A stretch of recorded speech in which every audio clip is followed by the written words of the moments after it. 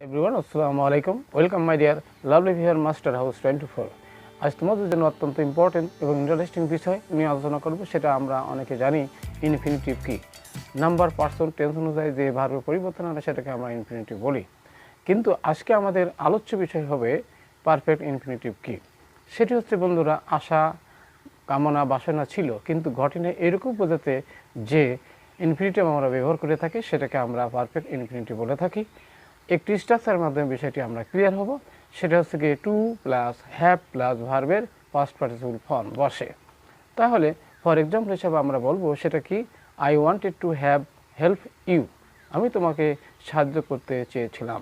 আবার আমরা বলতে পারি আই উইশ টু হ্যাভ গান আমি সেখানে যেতে ইচ্ছা করেছিলাম এবার সে